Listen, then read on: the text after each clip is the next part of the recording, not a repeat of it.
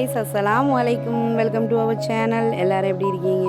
ஹைர் அல்ஹம்துலில்லாஹ். எல்லோரும் அவங்கவுங்க வீட்டில் ரம்லானுக்காக ஒவ்வொரு வேலை பார்த்துட்ருப்பீங்க. அது நல்லா தெரியுது. ஏன்னா நானும் அதான் பண்ணிக்கிட்டு இருக்கேன். இப்போ இஷா ஆயிடுச்சு. இப்போ வரையும் வேலை போய்கிட்டு தான் இருக்குது. ஹைர் அல்ஹம்துலில்லாஹ். இது என்னென்னா, துபாய் போய் செகண்ட் டே. எங்கே போகலான்னு பிளான் பண்ணோன்னா, துபாய் ஃப்ரேம் பார்க்க போகலாம் அப்படின்னு சொல்லிட்டு கிளம்புனோம். இது மதியானம் ஒரு 12 மணி இருக்கும். அப்போ தான் நாங்கள் கிளம்புனது. நாங்கள் வந்து தேராவில் தான் இருந்தோம், ஹயாதி பில்டிங்க்கு ஆப்போசிட்டில். அங்கே வந்து பார்க்கிங் ரொம்ப கஷ்டம். அதனால் வந்து அவங்க ஒரு இடத்துல பார்க்கிங் போட்டிருந்தாங்க. அது எங்கேருந்து அங்கே போயிட்டு காரை தேடி பார்த்துட்டு கார் இல்லை. திரும்ப ரிட்டர்ன் எனக்கு தனியாக வந்திருக்கீங்க, கார் எங்கே அப்படின்ட்டு. இல்லை பார்க்கிங் வேறு இடம் போல் இருக்குது, நைட்டு போட்டேன் எங்கேன்னு மறந்துடுச்சு அப்படின்ட்டு அவங்க தேடிட்டு போயிட்டு இருந்தாங்க. அப்புறம் நாங்கள் அங்கேயே வெயிட் பண்ணி இருந்திருப்போம்ல, எங்களையும் நடக்க வச்சிட்டிங்களே அப்படின்னு சொல்லிட்டு இருந்தோம். ஏமா நடங்க, கொஞ்சம் நேரம் சாப்பிட்டது செரிமானம் ஆகட்டும் அப்படின்னாங்க. ஏன்னா அப்போ தான் சாப்பிட்டுட்டு அப்படியே கிளம்பி அப்படியே போயிட்டு இருந்தோம். அப்படியே எங்கே காரை போட்டோம் தேடிக்கிட்டே அவங்க போய்கிட்டு இருந்தாங்க. அப்போ அவங்க வந்து இடையில வந்து பேனா கேட்டாங்க. எதுக்கு கேட்டாங்கன்னு தெரியல. பேனா இருக்கா அப்படின்னாங்க. அது சவானா இல்லை, எங்களுக்கு எதுக்கு பேனா அப்படின்னுச்சு. படிக்கிற பிள்ளைக்கு பேனா எப்போதும் இருக்கிறதில்ல, பேக்கில் வச்சுக்கிறதில்ல அப்படின்ட்டு கோவமாக, இது எதுக்குமா பேனா இல்லாததுக்குலாம் அப்பா கோவப்படுறாங்க அப்படின்னு சொல்லிச்சு. இல்லை, எப்போதுமே அவங்க வந்து பேனா வந்து பேக்கெட்டில் வச்சுருப்பாங்க, காருக்கு முன்னாடி வச்சுருப்பாங்க. அவங்க எந்த இது வச்சுருந்தாங்களோ அதில் எல்லாத்துலேயுமே ஒவ்வொரு பேனா எப்படியும் கிடக்கும். அவங்க எழுதுகிறாங்க, கவிதை எழுதுகிறாங்க, இல்லை கணக்கு எழுதுகிறாங்க, எதுக்காவது இருக்கும். பேனா எப்போதுமே வச்சுருப்பாங்க அவங்க. அப்புறம் ஒரு வழியாக பார்க்கிங்கை கண்டுபிடிச்சிட்டு காரை எடுத்துகிட்டு கிளம்பிட்டோம். இது வந்து போகிற வழியெல்லாம் ஒன்று ஒன்றா பேசிக்கிட்டே போயிட்டு இருந்தோம். ஆனால் அவங்க வந்து உட்காந்தாங்கன்னா, காரில் உட்காந்துட்டாங்கன்னா, இப்போ வந்து காரை வந்து ஒரு 2 மாதமாக தான் ஓட்டிக்கிட்டு இருக்காங்க. ஏன்னா இப்போ தான் லைசன்ஸ் வாங்கி காரு எடுக்கலாம். அவங்க ஒரு 6-7 மாதம் அவங்க வந்து காரை ஓட்டலை. அப்பப்போ ஃப்ரெண்ட்ஸுங்க இவங்களோட காரை வாங்கி ஓட்டிக்கிட்டு இருந்தாங்க. இப்போ தான் வந்து ஓன் காரை வந்து ஓட்ட ஆரம்பிச்சிருக்காங்க. அதனால் அவங்களுக்கு வந்து அதிகமாக வெளியில் சுற்றுனது கிடையாது. அப்படியே கரெக்டாக கம்பெனி போகிறது, அப்புறம் திரும்ப வர்றது, அப்படியே வேலைக்கு போகிறது அவ்வளோதான். வீக்கெண்டில் வந்து எப்போமா யாரோடையா பிளான் போட்டு அப்படியே போயிட்டு அப்படியே வர்றது. அதனால் அவங்களுக்கு அதிகமாக துபாயில் வந்து எங்கேயும் அவங்களுக்கு போய் பழக்கம் இல்லாதனால தெரியல. அவங்க வந்து மேப்பில் தான் பார்த்து போயிட்டு இருந்தாங்க. அப்போ அந்த நேரம் நம்ம பேசணுன்னா அவங்க என்ன பேசுவாங்க?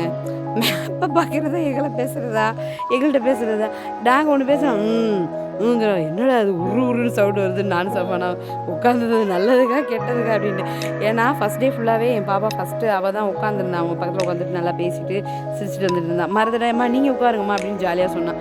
ஓகே அப்படின்னு சொல்லிட்டு நான் ஜாலியாக உட்காந்து பேசிட்டு இருந்தேன். இவங்க உரும்புற பார்த்தா என்ன ரொம்ப பசங்க இப்படிலாம் கிடையாது அப்படின்னு. ஏன்னா கார் உட்காந்ததுக்கப்புறம் தான் அவங்களுக்கு அந்த உரும்பல் சவுண்டில் கேட்குது. சரி என் பொண்ணு நேராக போங்க வளைங்க, ஏம்மா என்னமோ நீ துபாயில் வந்து பழக்கப்பட்ட மாரி ஒன்றா சொல்லிட்டு இருக்க, அப்பாட்ட கொடு அப்படின்னு. சரின்னு சொல்லிவிட்டு அதுக்கப்புறம் கொஞ்சம் நேரம் சென்றுட்டு என்ன பண்ணிட்டேன்னா அவங்க அப்பாட்ட கொடுத்தா. என்னென்னா, நமக்கு வந்து மீன் அதை பற்றி தான் பேசிக்கிட்டே போயிட்டு இருந்தோம். மீன் வந்து சாப்பிட்ருந்தோம் அன்றைக்கி. ரொம்ப நல்லா இருந்தது மீன். என்ன அது நம்ம நாட்டில் இல்லாத மீனாக இவங்க பெருசாக நல்லா இருந்துச்சுங்கிறாங்களே அப்படின்னு நினைக்காதீங்க.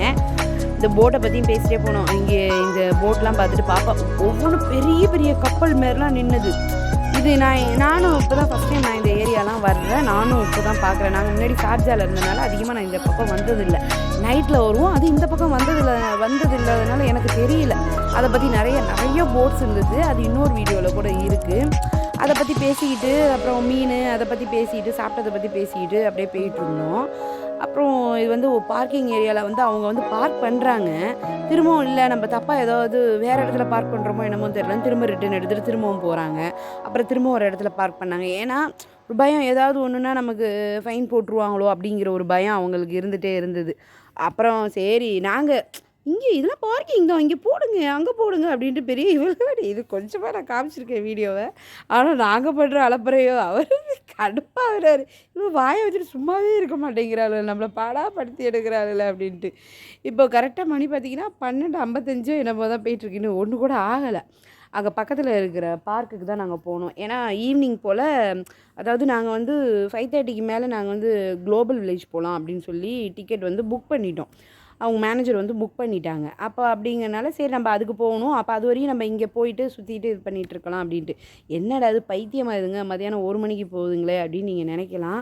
துபாயில் உள்ளவங்களுக்கு தெரியும், இந்த டைமில் இந்த மந்த்லலாம் வந்து கூலிங்காக தான் இருக்கும். வெயில் இருக்குது. அந்த வெயில் வந்து நம்ம உடம்புல வந்து சுள்ளுன்னு அடிக்காது. குளுமையாக தான் இருக்குது. அந்த காற்று அந்த ரொம்ப உண்மையிலே பீச்சில் இருந்தால் எப்படி குளுமையான காற்று அது ஈவினிங் மேலே எப்படி இருக்குமோ அப்படியே தான் இருக்குது. ஆனால் வெயில் அடிக்குது. ரொம்ப நல்லா இருந்தது இந்த கிளைமேட். நான் எப்போதும் இந்தமாரி கிளைமேட்டில் போனதில்லை. இந்த தடவை தான் நான் போயிருக்கேன். எப்போ பாருங்கள் ஹீட் டைமில் போய் தான் மாட்டுவேன் பார்த்துக்கோங்க. ஜூனில் இதுமாரி தான் போவேன். ஏப்ரல், மே, ஜூன் இந்தமாரி டைமில் போயிட்டு லீவில் போயிட்டு தான் போய் மாட்டிக்கிட்டு முழிப்பேன் நான். இந்த டைம் தான் நல்லா இருந்தது. அது ரினிவல் பண்ண போனனால நல்ல நேரமாக ஆகிப்போச்சுன்னு வைங்க. அப்புறம் பார்த்தோம் நல்லா இருந்ததுங்க. துபாய் ஃப்ரேமை இப்படியே பார்க்க அவ்வளோ ஹைட்டு. அப்பா நம்ம நிறைய வீடியோஸ் பார்த்துருப்போம். அதுலலாம் அவ்வளோ இதெல்லாம் தெரியல. அங்கே போனால் தான் தெரியுது அவ்வளோ ஹைட்டில் இருக்குது. அப்பா எப்படிரா கட்டியிருப்பான் அப்படிங்கிற மாரி இருந்துச்சு. சரி அதை அப்புறமேட்டு பார்த்துப்போம். இங்கெல்லாம் என்னென்னமோ நமக்காக தான் வச்சுருக்கான், வாங்க போய் பார்ப்போம் அப்படின்னு ஏற முடியாமல் ஏறி ரொம்ப கஷ்டப்பட்டு தான் மேலே போனோம். இது என்னென்னா எங்கள் ஃபேமிலி வந்து ரொம்ப குண்டாக தான் இருப்போம். எல்லாருமே. இதில் வேறு நான் வந்து என்னோட சொந்த மாமி பையனை வந்து நான் கல்யாணம் பண்ணிட்டேன். நான் மாமா பொண்ணு அவருக்கு. அவர் எனக்கு மாமி பையன். சொந்தத்திலேயே நாங்கள் வந்து மேரேஜ் பண்ணிக்கிட்டோம். அது ஒன்றும் இல்லைன்னு வைங்க, செம்ம ஜாலியாக தான் போயிட்டுருக்கு எங்கள் லைஃப். அல்லாஹ் வந்து எனக்கு ஒரு நல்ல துணையை வந்து அல்லாஹ் தாலா எனக்கு தந்திருக்கான். அதே போல் என்னோடய பிள்ளைகளுக்கும் அதேமாரி நல்ல துணைகளை தரணும் அப்படின்னு தான் நான் ஆசைப்பட்றேன். அல்லாஹ் தாலா தரணும். இன்ஷா அல்லாஹ் நீங்கள் எல்லாருமே துவா செய்யுங்க இந்த ரம்லானில். எல்லாத்துக்காகவும் துணைக்காக மட்டும் இல்லை, எல்லாத்துக்காகவும் துவா செய்யுங்க. அதில் என்னையும் சேர்த்துக்குங்க. ஹைர் அல்ஹம்துலில்லாஹ். இங்கே எல்லாமே போயிட்டுருந்தோம். என் பொண்ணு ஒவ்வொன்றையா பார்த்துட்டு அப்படியே நல்லா இருக்கே. இது ஒன்றும் பெருசாக சொல்கிற அளவுக்கு இல்லை இந்த இடம். ஆனால் வந்து நல்லா இருந்தது. ஒவ்வொன்றும் இது என்னன்னே எனக்கு தெரில. ஆனால் ஓரளவு எனக்கு புரியுது. அதை நான் உங்கள்கிட்ட சொல்லி அது தப்பாக இருந்து நான் கேவலப்படுறதுக்கு நான் சொல்லாமல் அதை நான் என் மனசுக்குள்ளாரே நான் வச்சுக்கிறேன். அது என்ன